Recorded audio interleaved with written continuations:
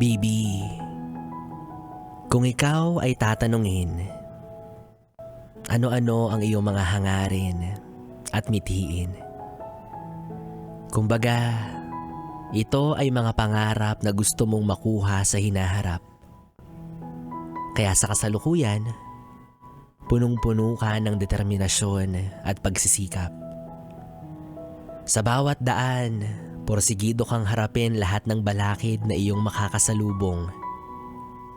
Dahil sa dulo, naniniwala kang may magandang bunga ang uusbong. Kaya naman ayan ka. Handang-handa na. Ilang hakbang na lang, maaabot mo na ang pinakamakinang na tala. Nang may biglang kumontra. Pinundi ang liwanag ng pag-asa na matagal mo nang nais matamasa. Sa binuo mong pangarap na matayog, matibay at matatag, akala mo hindi na ito matitinag.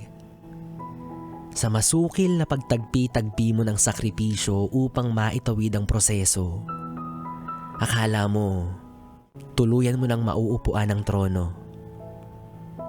Ngunit sino ba itong humihila sa'yo?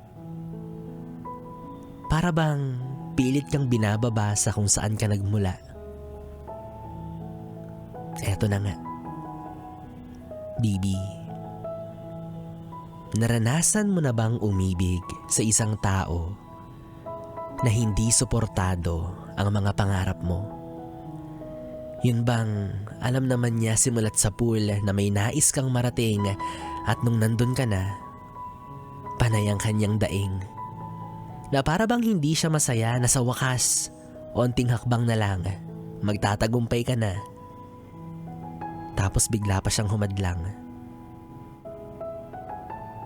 Nakakalungkot isipin.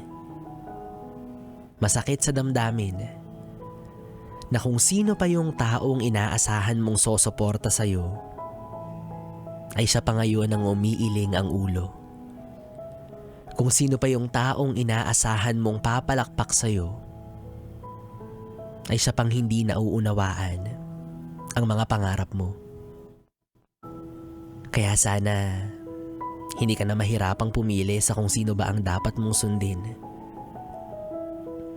Ang tibok ng iyong damdamin o tawag ng iyong mithiin. Naway malinawan ka na kung saan nga ba dapat ang diretsong tingin.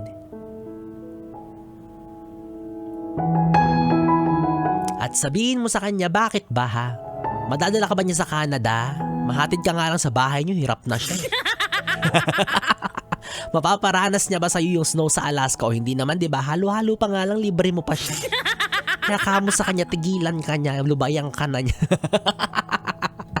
Ay, bahala kayong dalawa dyan. Pag-usapan ninyo yan, labas ako dyan. Well, anyways mga yes friend, kapiling nyo pa rin ako, DJ B-Boy Bibo, para sa ating tuloy-tuloy na BB Time hanggang mamayang alas 12 dito sa 101.1 Yes FM Solid.